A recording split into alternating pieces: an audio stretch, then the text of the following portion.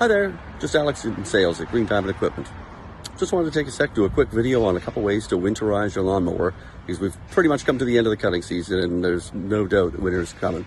So, just a couple tips. As I said, I'm no mechanic, but these are some safe ways to protect your lawnmower so it can keep running for you for years to come. So today, the example we're going to use is on an in-stock X350. So first, if you're going to remove your battery, what you want to do is disconnect the negative terminal first, right there.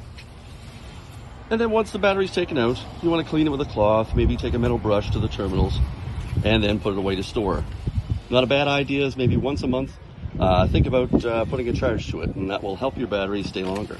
Now the other route would be putting it on a battery tender, which are available through our parts department, and then you don't have to take it out at all. And as long as the battery has charge, you could still leave it in the shed, and there's no way that that battery in our climate is going to freeze over.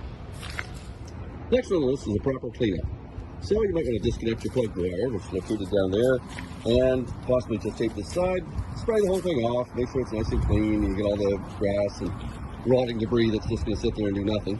Now, a little bit more important for if you're going to tilt your machine to access it on more of a walk-behind mower, but if you do tilt it, make sure that the carburetor and the air filter are pointed up so that you don't end up having your fluids mix and your oil get into your carburetor or also get into the air filter and make a mess.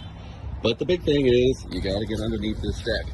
The reason is if you leave all that grass and debris, it's going to smell, stink up your garage, the shed, whatever, but also it's trapping moisture. So potentially that moisture just sits there against the metal side of your deck, and it has one job to do in the winter, and it's work its way through to the top and rust you out.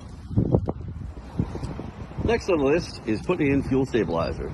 So obviously the battery still needs to be in the machine for this, but what you're going to do, open the cap, put in your fuel stabilizer, fill it up with ideally premium fuel, and then let it run for a little bit. Not too long, just a few minutes, and that's going to let the stabilizer circulate through the system. And lastly on the list, store your machine somewhere that's sheltered and dry. If you are going to keep it inside a garage or inside your basement, make sure it's away from wood stoves, things with pilot lights, heat sources in general, because it is exactly full to the brim with gas, which is the point of it. Another thing, if you do keep it in the shed, is just kind of keep an eye, maybe flip up the cowling every once in a while, make sure rodents aren't making a home inside your engine. They can really chew up a lot and cause a lot of damage during the course of one winter. And that's it. Thanks a lot for your time, I appreciate it. But keep in mind, like I said in the beginning, I'm no mechanic. If you have any specific questions, we have people for that. So reach out to your parts department at Green Diamond Equipment and also your service department. They'll definitely be able to answer any specific questions, especially type of stabilizer, battery tenders, etc. Thanks and have a great day.